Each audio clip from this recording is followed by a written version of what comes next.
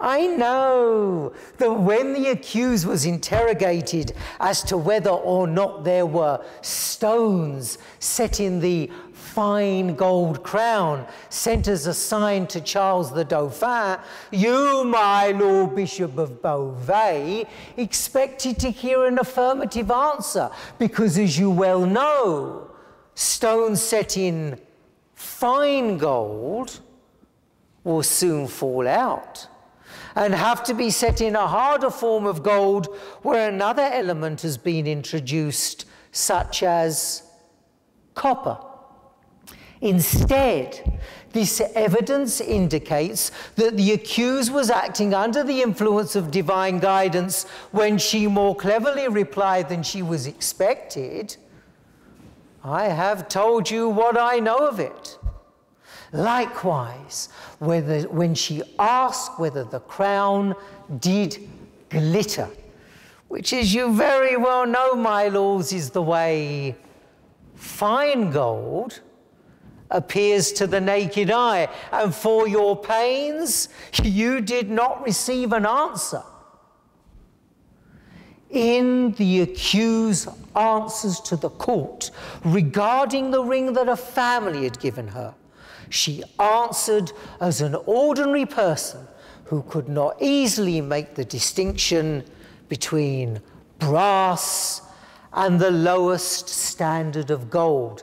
It is in fact particularly difficult for the average person to tell the difference between brass and the lowest form of gold.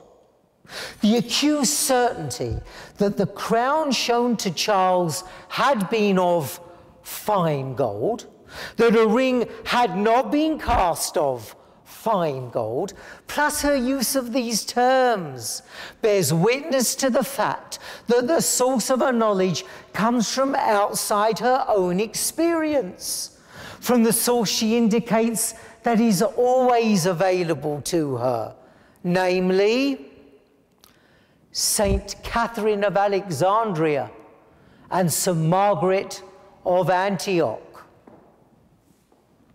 My lords, I would like now to provide you with additional corroborative evidence to the accused's specific testimony of Saturday afternoon, March the 17th, regarding the smell of St. Catherine of Alexandria. The accused was asked whether Saints Catherine and Margaret smelled good. The accused replied, "It is well to know they smelled good.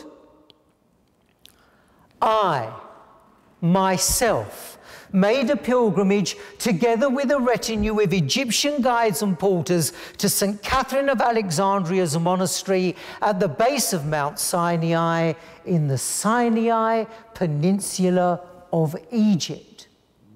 In the ceremony there, during which St. Catherine's relics were unveiled, I did myself smell the sweet fragrance of her head, and I proceeded to kiss her head and touch her with the same JHESUS Maria ring that the accused wears and that I did manufacture. My Egyptian guide and porter is my witness in this act.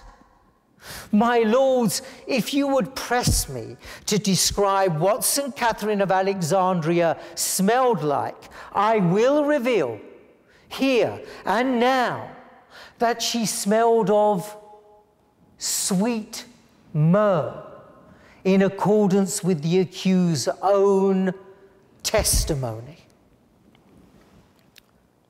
My lords, in my conclusion, I therefore declare that I have demonstrated there is reasonable cause to believe that Jehanne d'Arcs, the accused, was acting under the influence of divine guidance, as evidenced by her answers to the aforementioned questions, and that Bishop Cauchon and the judges should not invoke the death penalty, but under the highest ecclesiastical standards, should find it most appropriate to further determine the nature and quality of the accused spiritual state. My lords,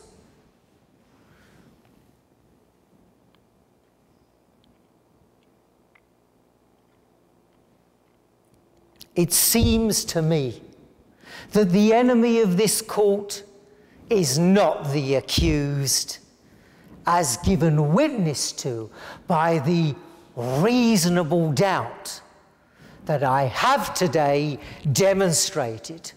I thank the court for listening to my discourse, written and submitted by Russell Leslie Phillips, Esquire, citizen of the County of Essex, England.